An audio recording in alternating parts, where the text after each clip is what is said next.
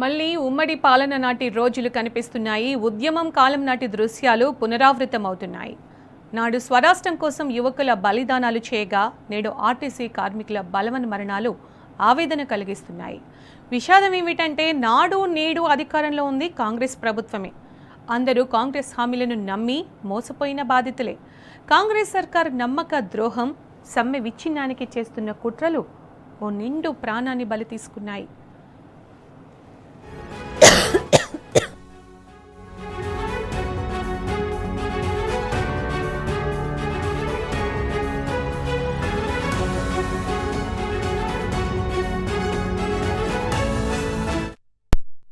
ఇక ఇదే విషయంపై స్పందించడానికి మనతో బీఆర్ఎస్ నేత రాకేష్ రెడ్డి గారు ఉన్నారు. రాకేష్ రెడ్డి గారు నమస్తే అండి. మళ్ళీ మనం ఉద్యమం కాలం నాటి రోజులు చూస్తున్నామా అనిపిస్తోంది, ఏమంటారు? ఆర్టీసీ చక్రాలు ప్రగతి రథ చక్రాలు మాత్రమే కాదు, ఉద్యమ రథ చక్రాలు కూడా. ఆ రోజు తెలంగాణ గోసను చూసి భరించలేక కేసీఆర్ గారు ఒక్కడుగా బయలుదేరి జై తెలంగాణ నినాదం ఎత్తుకుంటే జిల్లా ఏకమై సబ్బండ వర్గాలు కొట్లాడితే ఢిల్లీ మెడలు వంచితే తెలంగాణ వచ్చింది. దాంట్లో ఉద్యోగస్తులది కీలక భూమిక. ముఖ్యంగా ఆర్టీసీ ఉద్యోగులు కూడా చాలా పెద్ద ఎత్తున తెలంగాణ ఉద్యమంలో పాల్గొన్నారు.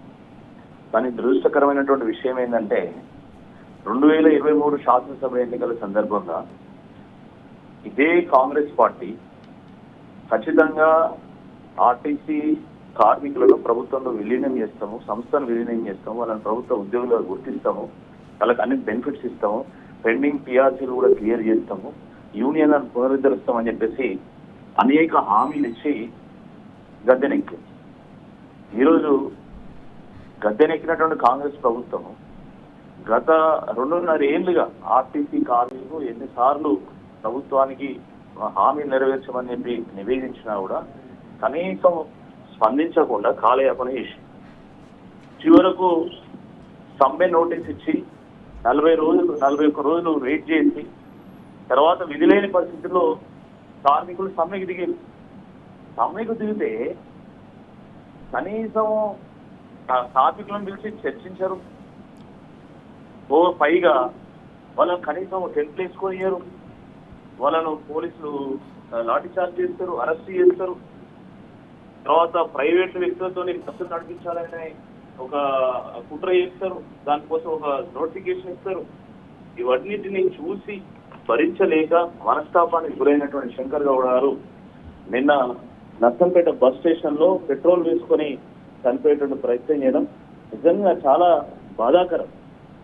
ఎందుకంటే రోజువారీగా వందల మంది ప్రయాణికులను వాళ్ళ గమ్యస్థానానికి చేర్చేటువంటి శంకర్ గౌడ్ గారు నిన్న న్యాయం కోసం పోరాడుతూ తిరిగిరాని లోకాలకు వెళ్ళడం జరిగింది. అంటే ఒక ప్రాణం విలువ ఏమి చేస్తారు? ఆ ప్రాణానికి ధర కట్టగలుగుతారా ఈ కాంగ్రెస్ ప్రభుత్వం? మీ మౌనమే ఈరోజు వారి చావుకు కారణమైంది. కాబట్టి ఇది ఆత్మహత్య కానే కాదు, ఇది ప్రభుత్వ హత్య. ఇది ప్రభుత్వం యొక్క నిర్లక్ష్యం కారణంగా జరిగినటువంటి హత్యగానే అందరూ కూడా చూస్తున్నాం. మీరు ఒకవేళ 41 రోజుల ముందే, ఈ 41 రోజులు గడవక ముందే మీరు కనుక చర్చలు పిలిచుంటే ఈరోజు శంకర్ గౌడ్ గారు చనిపోయేవారా అని అడుగుతున్నాం. ఎవరు బాధ్యత వహించాలా దీనికి? నిన్న ఆయనను ఎంజిఎంకు తీసుకొచ్చారు, మేము కూడా వెళ్ళినాం అక్కడికి. వరంగల్ ఎంజిఎంకు తీసుకొస్తే ఆయన అక్కడే మరణించాడు. వాస్తవాన్ని చాలా మంది అక్కడ మాట్లాడుకున్నారు. కానీ కావాలని మళ్ళీ ఆయనని హైదరాబాద్కి తరలించినట్టుగా చేసి మార్గ మధ్యంలోనే మళ్ళీ చనిపోయిందని ప్రకటన చేయించి, అంటే ఎన్ని రకాల కుట్రలు చేయాలనో ప్రభుత్వం అన్ని రకాల కుట్రలు చేస్తా ఉంది. ఆర్టీసీ కార్మికులు అడుగుతున్న ఏంటి అని గొంతెమ్మ కోరుతున్నా అని మీరు మేనిఫెస్టోలో పెట్టినటువంటి అంశాలే కదా ఆర్టీసీ కార్మికులు అడుగుతున్నది. వాళ్ళు కొత్తగా అడుగుతున్నది ఏమీ లేదు. ఆ రోజు 53 రోజుల పాటు సమ్మె జరిగినప్పుడు కేసీఆర్ గారి హయాంలో ఇదే రేవంత్ రెడ్డి గారు, ఇదే కాంగ్రెస్ పార్టీ మంత్రులు ఏం మాట్లాడినో ఒక్కసారి వాళ్ళు రివైండ్ చేసుకుంటే సరిపోతుంది.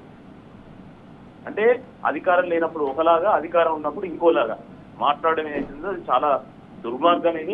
ఇది ఆర్టీసీ కార్మికులనే కాదు, మొత్తం రాష్ట్రాన్ని తప్పుదో పట్టించేటువంటి ఒక ప్రయత్నంగా మనందరం కూడా చూడాల్సినటువంటి అవసరం ఉంది. ఆ రోజు పిల్లకాయనం ఇచ్చి సంతకాలు పెట్టి మరి ఏ రకంగా ప్రజల్ని మభ్యపెట్టిందో మనందరం కూడా చూసాం. ఈ రోజు ఏంటి అవేమో మాకు సంబంధం లేదు, అసలు మీరు మాట్లాడిన మాటలే కాదు అన్నట్టుగా ఈరోజు వాళ్ళు మౌనం వహిస్తా ఉన్నారు.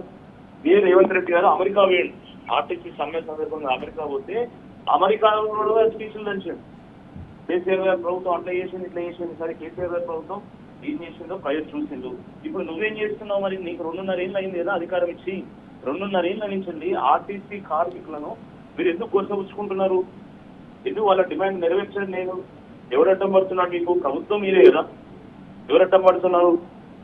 మహాలక్ష్మి పేరు మీద మీరు ఒక పథకం పెడితే ఎంత ఇబ్బంది అయినా కూడా, ఎందుకంటే 50 మంది ఎక్కాల్సినటువంటి బస్సులో 100, 120 మంది, 150 మంది ఎక్కినా కూడా వాళ్ళు ఓపికతోని ప్రభుత్వానికి చెడ్డ పేరు రావద్దు అనేటువంటి ఒక ఆలోచనతోని, ప్రజలకు సేవ అందించాలనేటువంటి ఒక దృక్పథంతో మరి ఆర్టీసీ కార్మికులు ఎంత అద్భుతంగా ఆ స్కీమును విజయవంతం చేసే ప్రయత్నం చేసిన అందరూ కూడా చూసాం.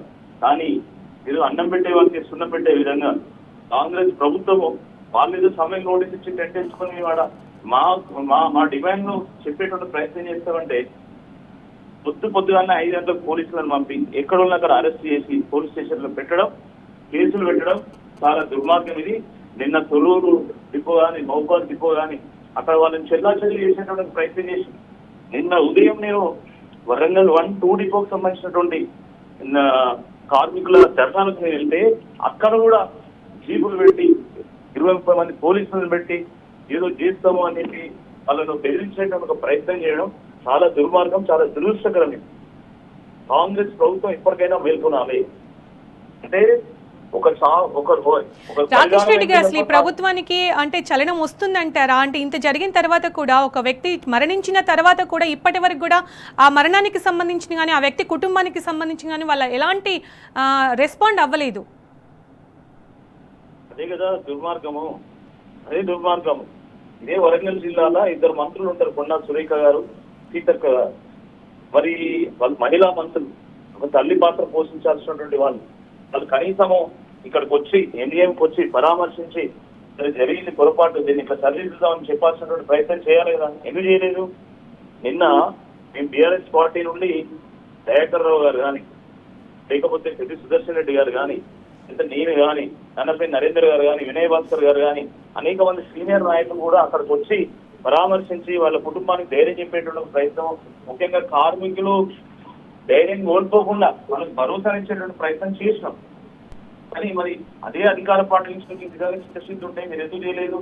అచ్చా నిన్న మంత్రులు ఏదో పెద్ద ఉద్ధరించినాం అన్నట్టు మేము మంత్రివర్గ ఉపసంఘం ఒకటి ఏర్పాటు చేసుకున్నాం, మీటింగ్ పెట్టుకున్నాము, మీరు ఇట్లా చేసుకోవద్దు అని చెప్పేసి కార్యకర్తలు అక్కడ కార్మికులకు నీతులు చెప్తున్నారు.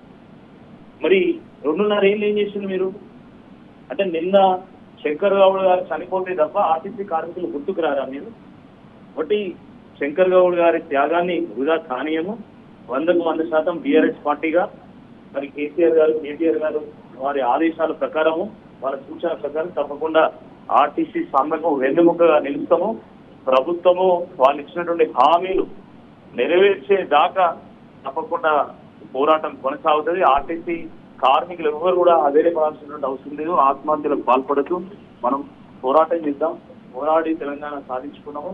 తెలంగాణ గడ్డ తిరుగుబాటు చేసైనా కూడా ప్రభుత్వం మెడలు వంచైనా మనం తప్పకుండా మన డిమాండ్లను నెరవేర్చుకుందామని చెప్పి సందర్భంగా మేము ఆర్టీసీ కార్మికులకు కూడా చెప్తున్నాం. ఎందుకంటే చనిపోయినంత మాత్రం మన డిమాండ్ నెరవేరవు. మనం పోరాడి ప్రభుత్వాన్ని అవసరమైతే కన్నెర చేసి వాళ్ళ మెడలు వంచైనా మనం సాధించుకుంటాం తప్ప ఈ రకంగా దయచేసి ఎవరు కూడా ఈ ఘటనలకు పాల్పడొద్దని చెప్పి ఈ సందర్భంగా మేము ఆర్టీసీ కార్మికులందరూ కూడా విజ్ఞప్తి చేస్తున్నాం. థ్యాంక్ యూ రాకేష్ రెడ్డి గారు.